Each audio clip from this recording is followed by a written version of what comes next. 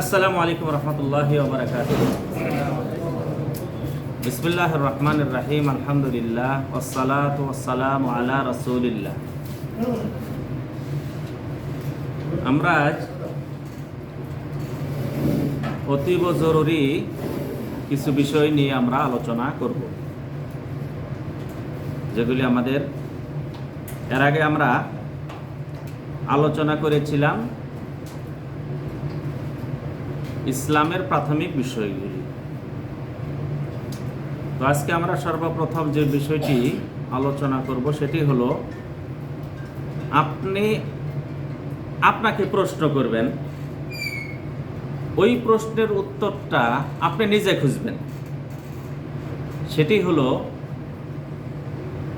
আমি কি এখনো মুসলমান আছি? আমি কি এখনো মুসলমান আছি না গেছি? অনেকগুলি বিষয় আছে যেটিতে পতিত হলে মুসলমান থাকে না। কি থাকে না? মুসলমান থাকে না। যেমন শিরক করলে মুসলমান থাকে না। এরকম আরো অনেকগুলি বিষয় আছে। তো আমি যদি নিজেকে প্রশ্ন করি, এরপর উত্তর খুঁজি, তাহলে আমি বেদিন হব না। কি হব না? বেদিন হব না। অনেকেই আছি আমরা বেদিন হয়ে গেছি, কিন্তু নিজে জানি না। প্রশ্ন করলে বুঝবেন।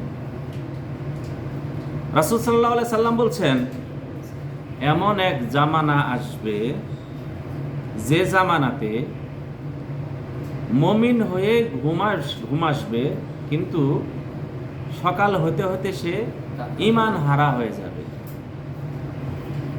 আবার সকালবেলা মুমিন হয়ে কি হবে? দিন শুরু করবে, সন্ধ্যা হতে হতে সে ঈমান হারা হয়ে যাবে। আজকে তাই দেখছি আমরা। তো আমাদের দেশে বড় বড় ওয়াজ হয়, সেই অনেক ওয়াজ আছে, সেই ওয়াজ যদি যা বলছে সেটা বিশ্বাস করলে ঈমান হারা হয়ে যাব, তাই না? এই যে জিকিরগুলি হয় আমাদের দেশে, মানে কোন বাবার নামে, কোন মায়ের নামে, কার নামে জিকিরগুলি হয়। জিকির হবে একমাত্র আল্লাহ তাআলার, তাই না? এরপর আরো অনেকগুলি বিষয় আছে। আমরা সূরাতুল ফাতিহাতে পাঠ করি, ইয়্যাকা না'বুদু ওয়া ইয়্যাকা নাস্তাঈন। প্রার্থনা শুধু তোমার কাছে। বান্দা যা পারে না, অলৌকিক অদৃশ্যের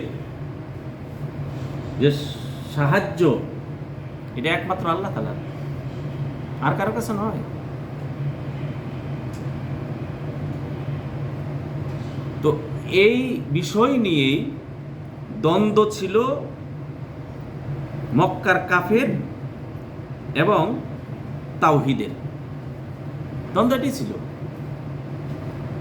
তোমরা মূর্তির কাছে গিয়ে তোমরা চাও কেন? বলছে, না, মূর্তির কাছে আমরা সরাসরি কিছু চাই না। তো লিয়ুকাররিবুনা ইলাল্লাহি যুলফা, তারা যেন আল্লাহর নৈকট্য লাভ করে দেয়, এই জন্যই ওদেরকে ইবাদত করি না। ইবাদত করি কার? একমাত্র আল্লাহরই। কিন্তু বর্তমানে তার চেয়ে আরো বড়। বলছে, আল্লাহর কাছে চাইবেন কেন? চাইতে হবে অমুকের কাছে, তমুকের কাছে, বলে না অনেকে। তো সেই ওয়াজে গিয়ে তো আমরা কিন্তু ঈমান হারা হয়ে আসি।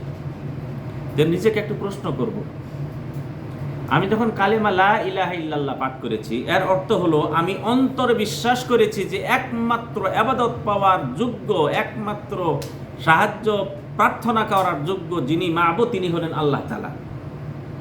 এবং সেটাকে মুখে উচ্চারণ করেছি, এবং কাজে পরিণত করার নাম হলো মুমিন, ইসলাম। কাজে যদি পরিণত না করি, তাহলে থাকলো না ইসলাম। এই প্রশ্নটা আমরা করব। আর একটা প্রশ্ন করব, আজকে যদি আমি মৃত্যুবরণ করি আর আমাকে যদি কবরে শায়িত করা হয়, তাহলে কবরে কি আমি কি নাজাত পাবো, আখেরাতে কি নাজাত পাবো, হাসরের ময়দানে কি নাজাত পাবো, পুলসিরাত কি পার হতে পারবো, ডান হাতে আমলনামা কি আমি পাবো, জাহান্নাম থেকে কি বাঁচতে পারবো, আমি কি জান্নাতে যেতে পারবো, এই প্রশ্নটা করবেন। আজকে যদি মৃত্যুবরণ করি, নিঃশ্বাসের বিশ্বাস নেই, নিঃশ্বাসের বিশ্বাস নেই। এই জন্য ওমর রাদিয়াল্লাহু তাআলা আনহু বলতেন যে তোমাদেরকে হিসাব নেওয়া হবে, তোমাদের হিসাব নেওয়া হবে সার্বিক জীবনে যা করেছো, কিন্তু আগে তোমার হিসাবটা করে নাও, তোমার হিসাব তুমি করে নাও। তুমি জীবনে যা অর্জন করেছো, এই অর্জনটি দুই প্রকার, একটি হলো জান্নাতে যাওয়ার, আর একটি হলো জাহান্নামে যাওয়ার। দুই অর্জনকে আপনি দুই দাড়ি পাল্লায় রেখে একটু চিন্তা করেন, আমি যদি আজকে যদি যা আমল করেছি এই মানে অতীত জীবনে, আজকে যদি আমাকে হিসাব নেওয়া হয়, আজকে যদি আমার সব মিজানে যদি দেওয়া হয়, দাড়ি পাল্লায় দেওয়া হয়, তাহলে জান্নাতের আমল আমার বেশি হবে নাকি জাহান্নামের আমল বেশি হবে? নিজেকে প্রশ্ন করি। যদি নিজেকে প্রশ্ন করি তাহলে আমি কি করব? পার পেয়ে যাব। আল্লাহ তাআলা সূরা হাশরে কি বলছেন? তোমরা আল্লাহকে সমীহ করে চলো, ভয় করে চলো, আল্লাহকে শ্রদ্ধা করে চলো, আল্লাহকে শ্রদ্ধা করে তার আনুগত্য করো, আল্লাহর শ্রদ্ধা করে তুমি পাপকে ছেড়ে দাও, এর নাম হলো তাকওয়া। এবং তুমি একটু চিন্তা করো, তুমি কালকের জন্য তুমি কি কি প্রেরণ করেছো, কালকের আমার ভবিষ্যৎ কি, কালকের আমি ব্যালেন্স কতটুকু আছে। আমাকে তো কাল আল্লাহর সাথে সাক্ষাৎ করতে হবে, সাক্ষাৎ দিতে হবে। সেখানে যাওয়ার পর আমি ওই সাক্ষাতে আমাকে যে ডান হাতে আমলনামা দেওয়া হবে নাকি বাম হাতে আমলনামা দেওয়া হবে, আমি কি নাজাত পেতে পারি কি পারি না, এই চিন্তা যদি আপনি করেন তাহলে আপনি কখনো জাহান্নামে প্রবেশ করবেন না, আপনার জন্য জান্নাত অবধারিত। কিন্তু প্রশ্ন আপনাকে করতে হবে, নিজেকে প্রশ্ন করতে হবে। 5 ওয়াক্ত সালাত, আজকের দিনের সালাত কি সঠিকভাবে পালন করেছি নাকি এক ওয়াক্ত চলে গেছে? আল্লাহর উপর যতটুকু নির্ভর থাকা দরকার, তাওয়াক্কুল করার দরকার, সেই তাওয়াক্কুলটা কি আমার ছিল? সালাতে তো বলল ইয়াকা না'বুদু, আল্লাহ যত ইবাদত রয়েছে শুধু আপনার ইবাদত, আর কারো ইবাদত করি না। সাহায্য প্রার্থনা, সবচেয়ে যিনি দাতা তিনি হলেন আল্লাহ, তাই না? কিন্তু গাউসুল আজম বানাইছে আব্দুল কাদের জিলানী রাহিমাহুল্লাহকে, তাই না? গাউসুল আজম বানাইছে আমরা মাছ ভান্ডারীকে, গাউসুল আজম মানে কত রকম কিছু মানে আজকে দুনিয়াতে চলছে। তো ঈমানটাকে রক্ষার জন্য, আমলটাকে রক্ষার জন্য, জান্নাতি যেন জান্নাতের দরজা যেন খোলা থাকে সেটা রক্ষার জন্য আপনাকে আমাকে এই অবিচল থাকার জন্য আমাকে নিজেকে প্রশ্ন করে যদি উত্তর যদি খুঁজি, তাহলে আমার দ্বারা কি হবে না, খারাপ কাজ হবে না, আমি জান্নাতের পথে চলব, জান্নাত আমার জন্য অবধারিত। প্রশ্নটা করব, আমরা আজকে প্রবাসে আছি, এখান থেকে চলে যাওয়ার পর সামনে আমার পথ কি, উপার্জন কি, কিভাবে চলবো, ওই চিন্তা আমরা সবাই করি। কিন্তু মৃত্যুবরণ করার পর আপনার আমলনামা কি বন্ধ করবেন শুয়ে থেকে, যেখানে শুয়ে থাকবেন আর আমল আর নাই, নাকি চালু রেখে যাবেন? যদি চালু রেখে যেতে চান তাহলে ওইভাবেই কাজ করতে হবে। আমরা কয়েকজন মানুষকে দিনের পথে নিয়ে এসেছি, কয়েকজন মানুষকে নামাজের সালাতের পথে নিয়ে এসেছি। আপনি বিবাহ করতে গেছেন, রূপসী খুঁজছেন, সম্পদশালী খুঁজছেন, খুঁজছেন কি ভালো বংশীয়, খুঁজছেন ভালো শিক্ষিত, কিন্তু আপনি কি এমন মানুষকে খুঁজছেন যার মাধ্যমে আপনাকে জান্নাতে যাওয়া সহজ হবে? খুঁজেছেন? যদি খুঁজে থাকেন তাহলে আপনি মৃত্যুবরণ করার পর আপনার আমলনামা বন্ধ হবে না। আপনি মৃত্যুবরণ করার পর আপনার আমলনামা বন্ধ হবে না। আপনার স্ত্রীর আমলনামা যত নেকি লেখা হবে, আপনার আমলনামা তত নেকি লেখা হবে। আপনার সন্তান, সন্তানের সন্তান, সন্তানের সন্তান, এভাবে এই ধারাবাহিকতা যতদিন থাকবে ততদিন পর্যন্ত আপনি কবরের শায়িত থেকেও আপনি সব পেতে থাকবেন, নেকি পাইতে থাকবেন। যদি আপনি বিবাহের পূর্বেই যদি স্ত্রী চয়নের ক্ষেত্রে যদি রাসূলুল্লাহ সাল্লাল্লাহু আলাইহি সাল্লামকে জিজ্ঞাসা করে যদি আপনি স্ত্রী চয়ন করেন, সন্তান, অনাগত সন্তান আসবে, এই সন্তান কিভাবে পথ চলবে তার আগে আপনাকে পরিকল্পনা নিয়েছেন কিনা, ওই সন্তান যেন ভালো হয় এই জন্য আপনাকে দুইটা কাজ করতে হবে। এক নম্বর কাজ করতে হবে, আপনাকে স্ত্রী ভালো চয়ন করতে হবে। দুই নম্বর কাজ করতে হবে, আপনার ভালো প্রতিবেশী দেখে আপনাকে অবস্থান করতে হবে। আজকে অনেকে আমরা আছি, মনে করি পশ্চিমা দেশে যেতে পারলেই আমরা ভালো কিছু হয়ে গেছি। বলে আমার তো ইমান আছে। আরে আপনার ইমান আছে, আপনার সন্তান, তারপর কি হবে ওইটা আমরা চিন্তা করি না।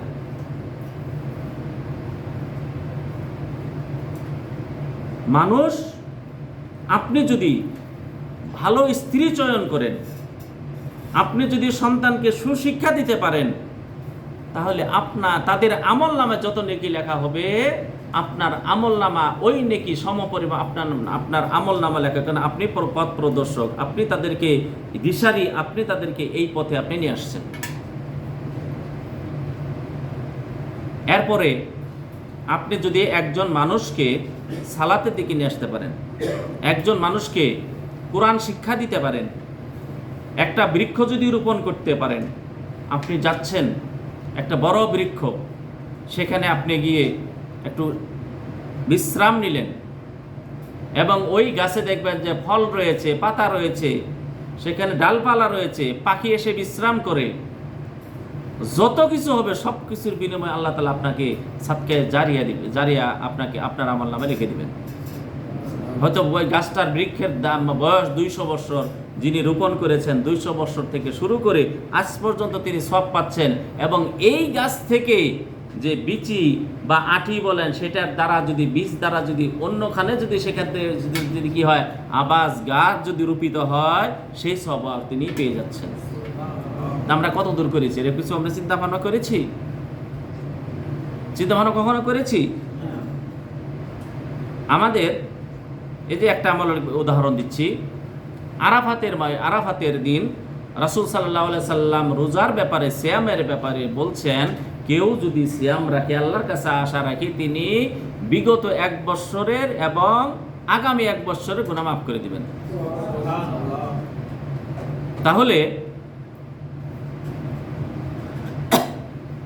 আপনি রাখলেন, এবং রাসূল সাল্লাল্লাহু আলাইহি সাল্লাম বলছেন, কেউ যদি কোনো ভালো কাজের নির্দেশ দেয়, কোনো ভালো কাজের যদি পথ প্রদর্শন করে, কোনো ভালো কাজ যদি সূচনা করে, আর এই সূচনা দেখে আর পথ প্রদর্শন, ওই পথে যত লোক আসবে, আসার পর যত আমল করবে, তার আমল নামায় তত নেকি লেখা দেওয়া হবে যত আমল তারা করেছে, কিন্তু তাদের নেকি কম করা হবে না। আরাফাতের সিয়াম আপনার দাওয়াত পেয়ে যদি 100 জন যদি রাখে, আপনার 200 বছরের সওয়াব পেয়ে গেলেন। এই বছর পেয়েছেন, কিন্তু এই বছরে আপনি আগামী বছর আগে মৃত্যুবরণ করেছেন। যাদেরকে শিক্ষা দিয়েছেন তারা কিন্তু সবাই মৃত্যুবরণ করেন। যত মানুষ সিয়াম পালন করবে, তত নেকি আপনার আমল নামা লেখা হতেই থাকবে। এবং তাদের মাধ্যমে যত মানুষ শিখবে, ওই ধারাবাহিকতা যদি কিয়ামত পর্যন্ত থেকে যায়, আরাফাতের সিয়ামের সওয়াব আপনার আমল নামায় আপনার যেতেই থাকবে, লেখা হতেই থাকবে। পদ্ধতি করেন, টেলিফোনে বলেন, মৌখিক বলেন, ইফতারের ব্যবস্থা করেন, খতিব সাহেবকে বলেন আপনি একটু বলে দিবেন, ইমাম সাহেবকে বলেন আমাকে বলে দিবেন, আপনার এক আত্মীয়কে বললেন আপনি বললেন আপনি একটু সবাইকে বলে দিয়েন। যত প্রচার করতে পারেন, যত কি করতে পারেন, প্রচার করতে পারেন। আমরা রাত্রে ঘুমাতে যাই, বর্তমানে মোবাইল ছাড়া ঘুম হয় না, মোবাইল ঘুম হয় না, কাছেই রেখে দেই। কিন্তু সর্বশেষ মোবাইল চালান, আমি আপনি নিষেধ করব না, কিন্তু সর্বশেষ ঘুমের পূর্বে যে কথাটি আপনি বলবেন সেটি হবে লা ইলাহা ইল্লাল্লাহ। কি বলবেন? এটা বলে আপনি কি ঘুমিয়ে যাবেন, যাই করেন না কেন সর্বশেষ কথা হবে লা ইলাহা ইল্লাল্লাহ। এইটা বলার পর আপনি ঘুমিয়ে গেলেন, ওই ঘুম আপনার যদি শেষ ঘুম হয়ে যায়, আল্লাহর নবী সাল্লাল্লাহু আলাইহি ওয়াসাল্লাম নিশ্চয়তা দিয়েছেন, মান কানা আখিরু কালামিহি লা ইলাহা ইল্লাল্লাহ দাখালাল জান্নাহ। রাসূলের নিশ্চয়তা, কারো জীবনের সর্বশেষ কথা যদি হয় লা ইলাহা ইল্লাল্লাহ, সে জান্নাতি, নিশ্চিত জান্নাতি, নিশ্চিত জান্নাতি, নিশ্চিত জান্নাতি। এই কথাটা বলে আপনি ঘুমিয়ে যাবেন। কি বলে ঘুমিয়ে যাবেন? এই কথা বলে কি করে যাবেন? ঘুমিয়ে যাব। প্রতিদিনের কর্ম এটাই আপনার হবে যে ঘুমাইতে যাব, লা ইলাহা কালেমা বলি আমি ঘুমাইতে যাব। আর মাঝে মাঝে লা ইলাহা ইল্লাল্লাহ কালেমাটা আমি পাঠ করব। একটা পরিকল্পনা করে নে, প্রত্যেক সালাতের পর আমি 10 বার পাঠ করব। হাটে যাওয়ার সময় মানে বাইরে যাওয়ার সময় পাঠ করব, বাড়িতে প্রবেশের সময় পাঠ করব। একটা পরিকল্পনা করে নেন, লাভটা কি হবে? মুসা আলাইহিস সালাতু ওয়াস সালাম আল্লাহ তাআলাকে বললেন, আল্লাহ আমাকে এমন একটা দোয়া জিকির শিক্ষা দেন যেটা আমি করব। আল্লাহ তাআলা বললেন, মুসা তুমি পড়বে লা ইলাহা ইল্লাল্লাহ। মুসা আলাইহিস সালাম আশ্চর্য হয়ে বললেন, আল্লাহ সবাই পড়ে এটা, এটা কি সবাই পড়ে, তো স্বতন্ত্র হইল কোথায়? আল্লাহ তাআলা বললেন, মুসা আমি ছাড়া যত কিছু রয়েছে সব কিছু যদি এক পাল্লায় রাখা হয়, আর কালেমা লা ইলাহা ইল্লাল্লাহ যদি এক পাল্লায় রাখা হয়, তাহলে কালেমাটাই ভারী হয়ে যাবে। এত ভারী এটা, এটা কি এত ভারী। কিয়ামতের দিন ফেরেশতাদের বলবে, ফেরেশতা বান্দা দেখো, বলছে আল্লাহ পাওয়া যায় না কিছু, 99টি দফতর, কিন্তু ভালো কাজ তেমন নাই, পাচ্ছি না। ভালো কাজ পাওয়া যাচ্ছে, আল্লাহ তাআলা বলে খুঁজতে খুঁজতে খুঁজতে একটা কাঠ পাওয়া যাবে, সেখানে লেখা আছে লা ইলাহা ইল্লাল্লাহ। আল্লাহ তাআলা বলবেন, ওর জীবনের যত গুনাহ আছে সমস্ত গুনাহকে এক পাল্লায় রাখো, আর এই কালেমাটাকে যদি এক পাল্লায় রাখো, দেখা গেল এই কালেমাটাই ভারী করে দিবে এবং তাকে আল্লাহ তাআলা জান্নাতের ব্যবস্থা করে দিবে। খাবার তো এত ভারী, এটা কি এত ওজন এবং এত ভারী। তাহলে আমরা কি করব? এই কালেমা লা ইলাহা ইল্লাল্লাহ মাঝে মাঝে কি করব? পাঠ করব। আচ্ছা, আপনারা কি চান যে দেশে যাব, টিকিট মিকিট দরকার নাই, এয়ারপোর্টে যাব, যাওয়ার সাথে সাথে আমাকে কি রিসিভ করে আমাকে বিমানে উঠাবে? চান এরকম? হ্যাঁ, এরকম হইতে পারে? হতে পারে না? হ্যাঁ, হইতে পারে না। কিন্তু এমন একটা আমল আছে, সেই আমল যদি করেন আপনার জন্য জান্নাতে ফেরেশতা আপনার জন্য অপেক্ষমান। দরজা খুলে, কি খুলে? মৃত্যুবরণ করবেন আর জান্নাত মানে ফেরেশতারা ডাকবে যে এই দরজা, 8টা দরজা, এই দরজায় আসো সবাই, আর অন্য ফেরেশতারা এই দরজাও ডাকবে আপনাকে। আল্লাহ নবী সাল্লাল্লাহু আলাইহি সাল্লাম বলছেন, কেউ যদি সুন্দর করে ওযু করার পর এই দোয়াটা পাঠ করে, আশহাদু আল্লা ইলাহা ইল্লাল্লাহু ওয়াহদাহু লা শারীকা লাহু ওয়া আশহাদু আন্না মুহাম্মাদান আবদুহু ওয়া রাসূলুহু, এই দোয়া যদি সুন্দর করে ওযু করার পর কেউ যদি পাঠ করে, আল্লাহ নবী সাল্লাল্লাহু আলাইহি সাল্লাম বলছেন তার জন্য জান্নাতের 8টি দরজাই খোলা থাকবে, যেই দরজা দিয়ে ইচ্ছা সেই দরজা দিয়ে প্রবেশ করবে। এই আমলটা কেউ যদি করে, তার কোনো দুঃখ আছে? হ্যাঁ, চিন্তা আছে? আমি তো জান্নাতে যাইতে গেলে মরতে হয়, এই যে মরি নাই আর জান্নাতে যাই নাই। এত পাওয়ারফুল আমল এটি, এত শক্তিশালী আমল এটি। তাহলে এই আমলটা আমরা প্রত্যেক ওযুর পরে করব। সবাই পড়েন, আশহাদু আল্লা ইলাহা ইল্লাল্লাহু ওয়াহদাহু লা শারীকা লাহু ওয়া আশহাদু আন্না মুহাম্মাদান আবদুহু ওয়া রাসূলুহু। কখন পাঠ করব? প্রত্যেক ওযুর পরে। প্রত্যেক ওযুর পরে, প্রত্যেক ওযুর পরে, ওযু করেই পড়বেন। এরপরে রাসূল সাল্লাল্লাহু আলাইহি সাল্লামের এক সাহাবী, রাসূল সাল্লাল্লাহু আলাইহি সাল্লাম বললেন যে তোমাদের পূর্বের এক লোক আল্লাহ তাআলা সামান্য একটা কাজের জন্য জান্নাত দিয়েছে। কিসের জন্য? সামান্য কাজ। বলছে সেটা কি? বলে এত নিশ্চিত আমি দেখে আসছি জান্নাতে, জান্নাতে চলাফেরা করতেছে। জান্নাতে কি করছে? ঘোরাফেরা করছে। বলছে কি করেছে? বলছে রাস্তা দিয়ে যাচ্ছে, একটা ডাল মানুষকে কষ্ট দিতে যাওয়া আসায়। ও বললো যে মানুষের কষ্ট দেয়, মুসলমানদের কষ্ট হবে, আমি এই ডালটা কেটে ফেলি। ওই ডালটা কেটে ফেলে দিয়েছে। আল্লাহ তাআলা এর বিনিময়ে আল্লাহ তাকে জান্নাতে প্রবেশ করিয়েছে।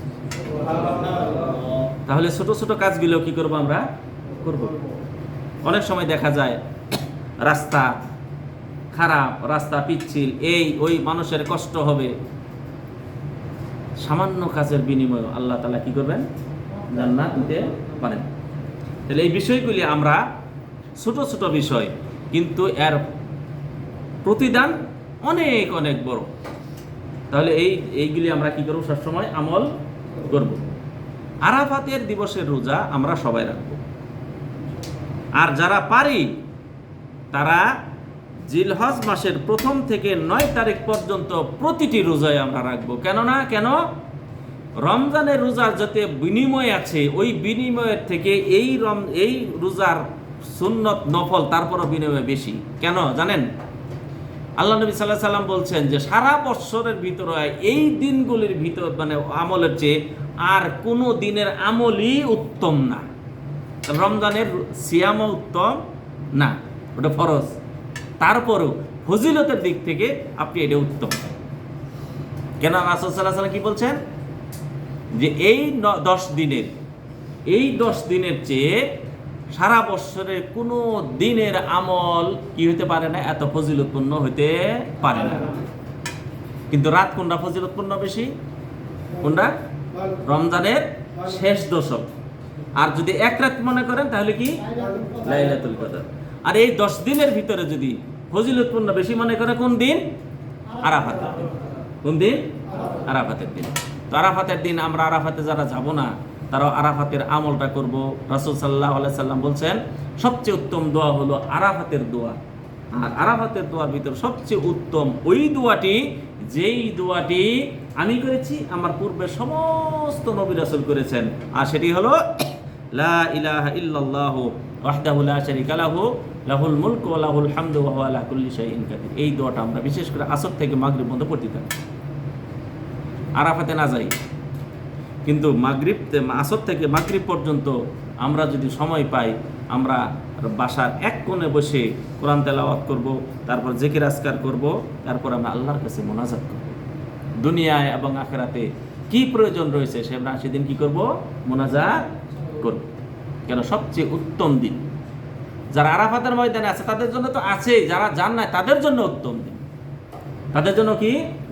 উত্তম দিন। তাহলে সেই দিন আমরা কি করব? সিয়াম পালন করব। মানুষকে উদ্বুদ্ধ করব সিয়াম পালন করার জন্য। দান খয়রাত যতটুকু করতে পারি করব। মানে সিয়ামের কি করব? ইফতারের ব্যবস্থা করব এবং নিজেরা সিয়াম পালন করব। এবং আমরা বিশেষ করে সেই দিনগুলি আমরা সালাতগুলি আমরা তাড়াতাড়ি সামনে কাতারে পড়ার চেষ্টা করব এবং কোরআন তেলাওয়াত যতটুকু পারি আমরা তেলাওয়াত করব। জিকির আজকার আমরা বেশি বেশি করব। এই বিষয়গুলি আমরা জেনে রাখি। আর সব সময় মনে রাখবেন যে আমার নাজাতের জন্য কেউ কিন্তু আসবে না, আমার নাজাতের জন্য আমাকে করবে। কিয়ামতের দিন আল্লাহ তাআলা বলছেন কিয়ামতের দিন তোমাদেরকে সবাইকে এককভাবে আসতে হবে, কেউ দুজন একসাথে না। আপনাকে নিয়ে আপনি পেরেশান থাকবেন, আপনার আমল নিয়ে আপনি কি করবেন? নাজাত পাবেন। এই জন্য কি করবেন? নিজে মনে করেন যে মরুভূমির ময়দানে আমি কি করলাম, এককভাবে মরুভূমির ময়দানে সেখানেও নাজাতের আশা করা যেতে পারে, কিন্তু কিয়ামতের দিন যদি আপনি আমল ছাড়া যান, নাজাতের আশা আপনি করতে পারেন না। চিন্তা করবেন। আল্লাহ তাআলার কাছে দোয়া করি আল্লাহ রাব্বুল আলামিন যেন আমাদের সবাইকে আমল করে জান্নাতি হয়ে, মুমিন হয়ে, ঈমান নিয়ে এবং আমল নিয়ে আমরা যেন মৃত্যুবরণ করতে পারি। আল্লাহ তাআলা আমাদের সবাইকে তৌফিক দান করুন। আসসালামু আলাইকুম ওয়া রাহমাতুল্লাহি ওয়া বারাকাতুহু। তাহলে আরেকটা কি আছে, কি বলে, মানে